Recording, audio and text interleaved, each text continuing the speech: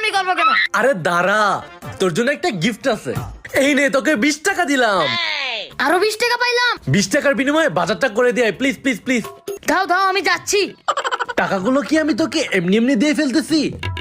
আমারও তো মনে একটা ফোন দিয়েছে, দাঁড়া। তুই যে আলমারিতে টাকা জমাস আমি জানি না। এই তোর টাকার বক্স পেয়ে গিয়েছি, তোর টাকা নিয়ে তোকেই দিব। এতগুলো টাকা জমিয়েছে, বাহ বাহ। এখন সবগুলো টাকা আমার পকেটে ঢুকবে।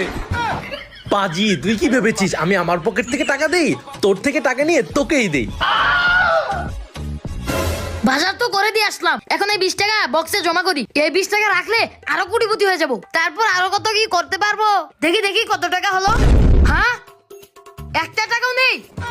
এটা নিশ্চয়ই আমার ভাইয়া করেছে। দাঁড়াও, দেখাচ্ছি মজা আজকে তোমাকে। পরের বারে ভাইয়াকে আমি উচিত শিক্ষা দেবো যদি তোমরা এখনই সাবস্ক্রাইব করো। এখনই